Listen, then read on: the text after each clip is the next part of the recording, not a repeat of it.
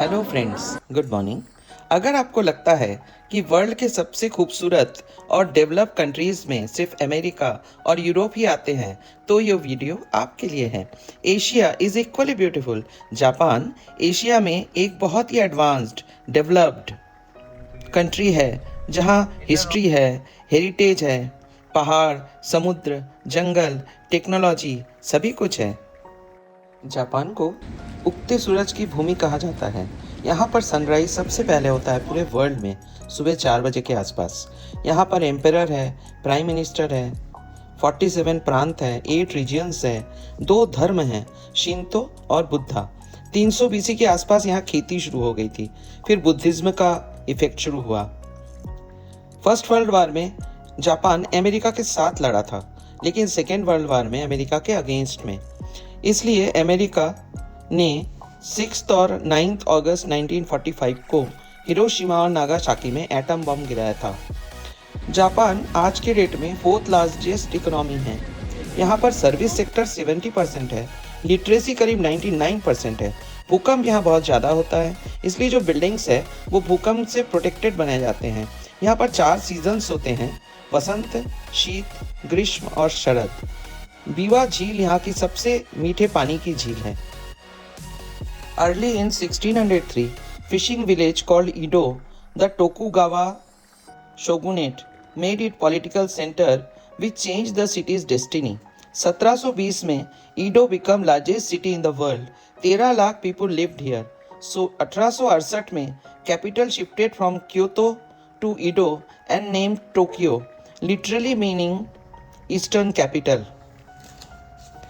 Tokyo started adopting modern technology and became technical tradeship center. सितंबर 25 में Scotland, Ireland और Spain का tour करके आने के बाद अब अप्रैल 26 फर्स्ट वीक में हम जापान का टूर करने जा रहे हैं। जापान को उगते सूरज की भूमि कहा जाता है। ये टूर 11 दिन का है, इंक्लूडिंग जर्नी, और हमने एवियाना हॉलीडेज़ की ओर से बुक किया है। इसके साथ हम लोगों ने स्कैंडिनेवियन कंट्रीज़ का टूर किया था मार्च 24 में, और हमारा एक्सपीरियंस काफ़ी अच्छा था। एवियाना हॉलीडेज़ की तरफ से total tour package cost 3.5 lakh per head लिया गया है, जिसमें air travel to and fro Calcutta, stay at 4 star hotels, all food items like breakfast, lunch and dinner, bus travel, sight seeing, some tickets at sight seeing places. Japan जाने के लिए इन्होंने ही हमारा visa करा दिया है, मेडिकल इंश्योरेंस भी। Japan yen is 60 पैसा ऑफ इंडियन करेंसी। सो पर हेड कुछ रुपए क्रेडिट कार्ड, फॉरेक्स कार्ड रखना चाहिए। मौसम को देखते हुए जापान अभी भी ठंडा है, तो हमने वूलन्स भी रख लिए हैं। इंटरनेशनल रोमिंग ऑन फ़ोन और matrix card, international 3 pin plug, umbrella, एक मेडिसिन, ये सब भी रख लिया है। इंटरनेशनल गेट नंबर 10 में खड़े हैं हम लोग। जापान की सैर करने जा रहे हैं यहाँ से। ये gate number 10।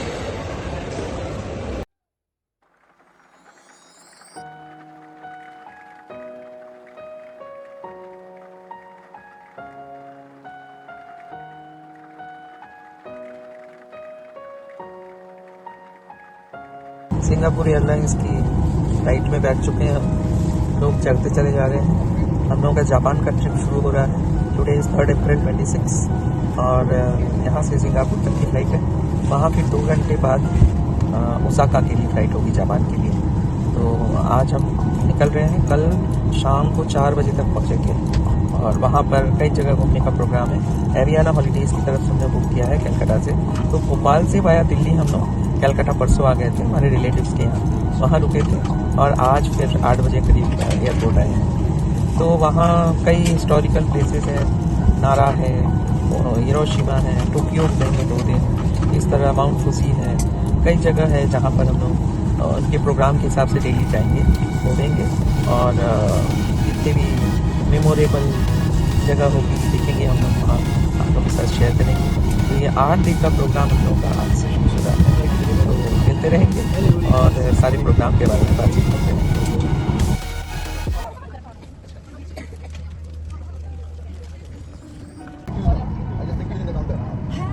Hello friends, good morning from Singapore.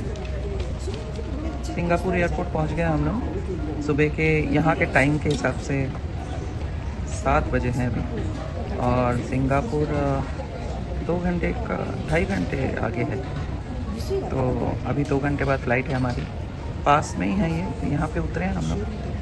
और ये जो F-59 दिखा रहा है, ये गेट है ओसाका के लिए। थोड़ी देर में गेट खुलेगा, तब हम लोग जाएंगे अंदर, चेक इन होगा और ओसाका की फ़्लाइट 10:30 बजे। ये देखिए खूबसूरत से सनराइज़ होते हुए एयरपोर्ट के पीछे से।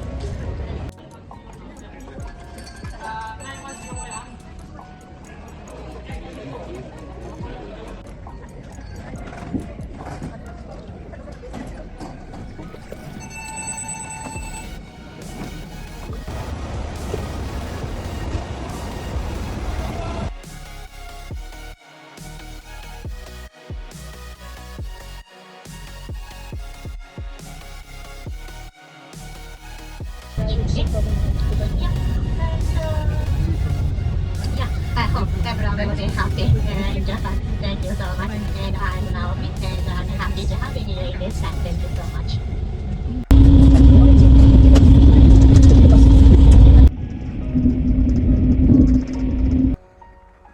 Hello friends, good evening. हम लोग ओसाका पहुंच गए थे। ओसाका में 7th फ्लोर पे ये होटल रूम दिया है।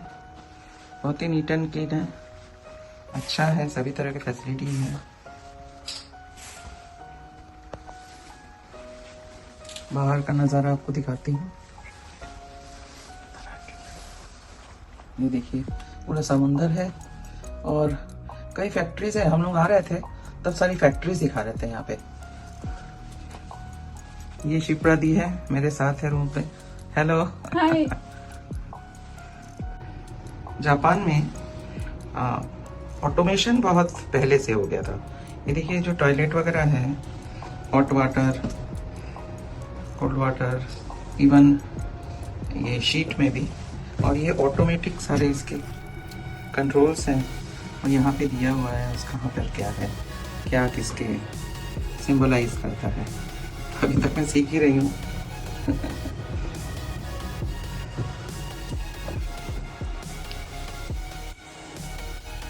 Hello friends, good morning from Japan. कल हम लोग शाम को फ्लाइट से वाया सिंगापुर फ्लाइट ली थी हम लोगों ने। वहाँ से ओसाका पहुँच गए थे। ओसाका में शाम को उतरने के बाद हम लोग सीधे होटल आ गए थे, और बाद में यहाँ से हम लोग को डिनर के लिए ले जाया गया था। तो dinner was good. Indian hotel में डिनर कराते हैं।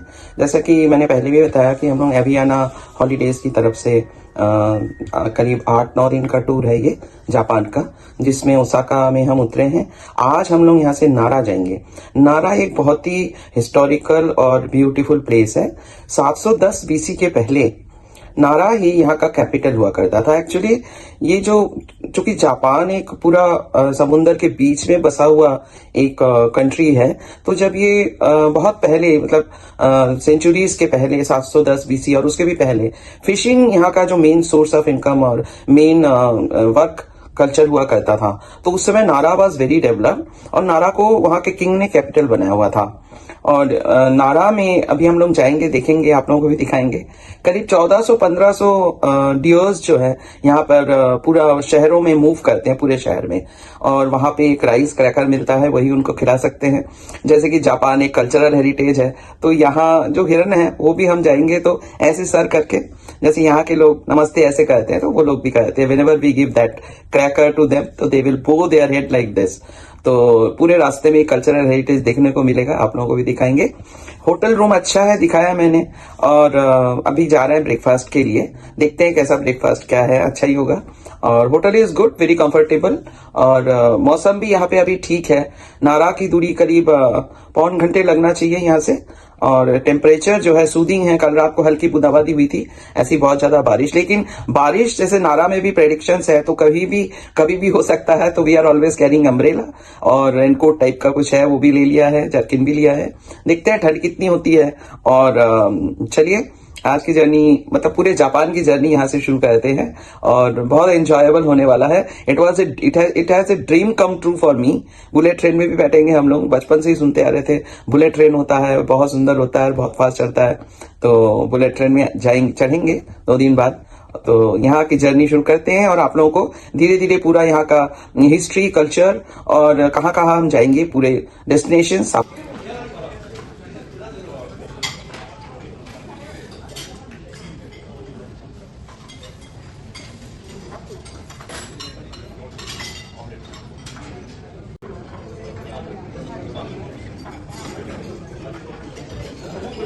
ये ब्रेकफास्ट एरिया में आ गए हम लोग।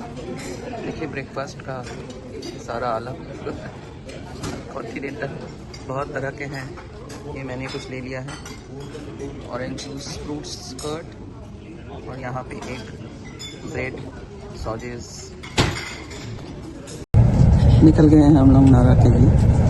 ये बस कोच है हम लोग का, इसमें नारा के लिए चल पड़े।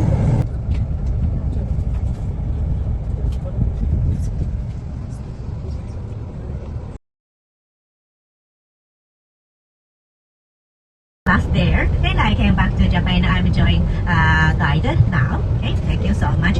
And maybe you can share your information in this tour. Yeah, we have 8 days. It's enough to get a communication together, and I hope we will share each other for this tour. I hope. So I will talk about this tour. We have 8 days. Okay, so today we go to Nara City and come back Osaka City. So from here to Nara City, it's almost 50 kilometers. Okay, it's very far. Okay, and Nara City and Osaka City today. And today we go to biggest Buddha statue in Japan. Okay, so you can see that maybe I can say one of the most beautiful Buddha statue today. Okay, and after that we go back to Osaka City, and Osaka City is a second city in Japan. So in Japan capital is Tokyo, and Osaka is a second one. The population is almost 2.5 million people. This is the second. Okay, so in Japan the population is almost 125, 24. Yeah. Thank you so much. Great teacher here. Yeah, a million people in Japan. Okay. So today we go to Nara City and also come back to the nation. And in Nara was the capital in 8th century. So Nara is much more older than Kyoto City. And especially we're going to Kodaiji Temple. Kodaiji Temple. This is one of the UNESCO Cultural Heritage in Nara. And it's quite big near the mountain. So inside the Nara Park there are 2,000 deers, lots of deers over there, and these deers are wild deers, and the local people believe these deers are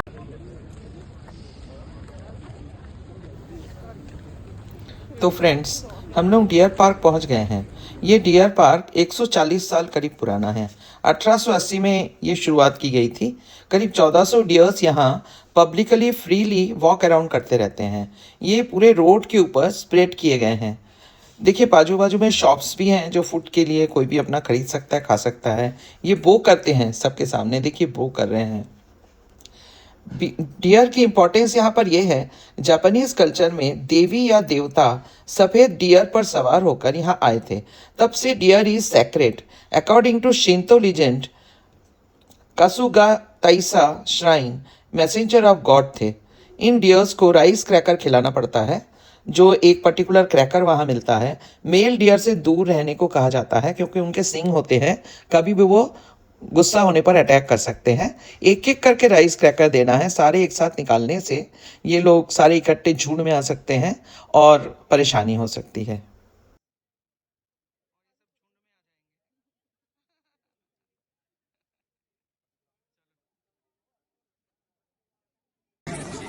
तोदाईजी temple 14th century, Buddha देव की सबसे ऊंची प्रतिमा Japan में देखने जा रहे हैं। ये gate है, यहाँ पे टिकट है। हमारे जो गाइड है वो टिकट लेने के लिए गए हैं। बताऊंगी बाद में टिकट के क्या रेट थे।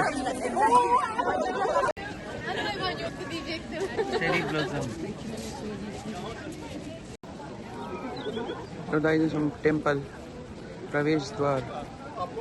आपको जो मैंने इन्विटेशन भेजा वो आप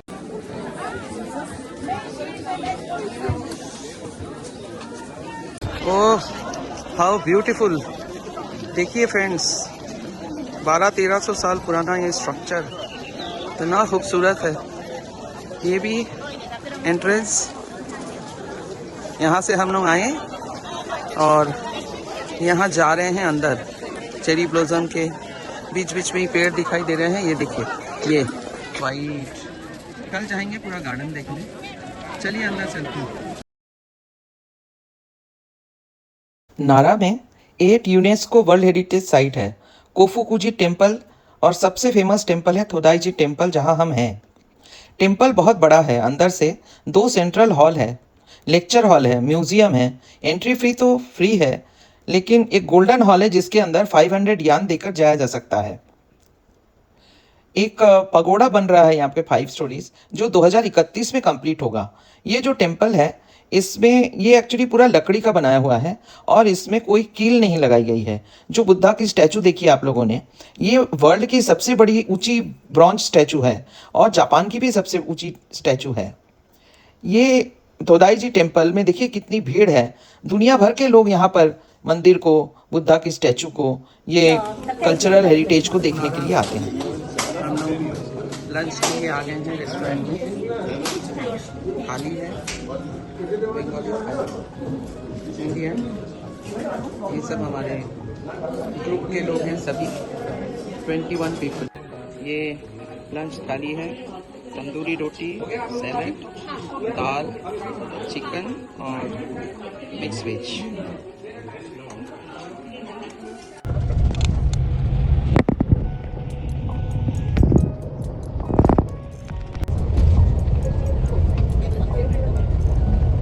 Often called water city for Osaka.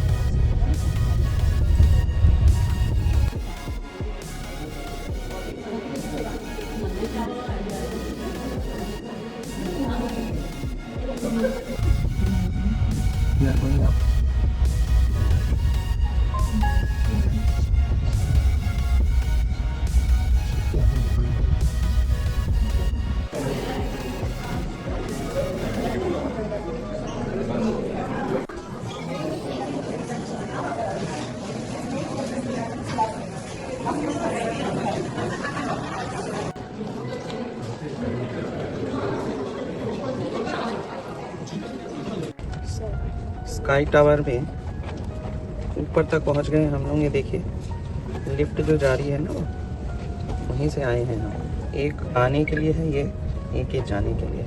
उसके पहले भी एलिवेटर था, और कितनी स्टोरेज है ये मैं आपको बाद में बताती हूँ। इस तरह से है। यहाँ से ओसाका का पूरा व्यू, पूरा शहर इस तरह दिखता है।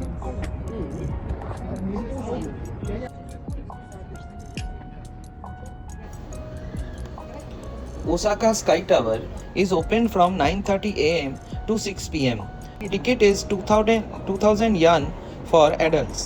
39 to 40 floors हैं यहाँ पे. The spectacular view of whole Osaka from top is really breathtaking. Great experience standing at this 40th floor. Very impressive and modern building created by Japanese. Cafe and shopping area is also there. Rigveda यहाँ पर पूरा लिखा हुआ है ऋग्वेद से, संस्कृत में श्लोकास, और ये उनके लैंग्वेज में लिखा हुआ है। Sky tower Osaka. तो फ्रेंड्स, ये था जापान में ओसाका पहुंचने का और नारा और ओसाका एक्सप्लोर करने का 2 दिन का मेस्मराइजिंग जर्नी। आपको ये व्लॉग कैसा लगा जरूर बताएं। कल क्योतो जाने का प्रोग्राम है। कल सुबह फिर मिलते हैं। आप सब स्वस्थ रहें और मस्त रहें।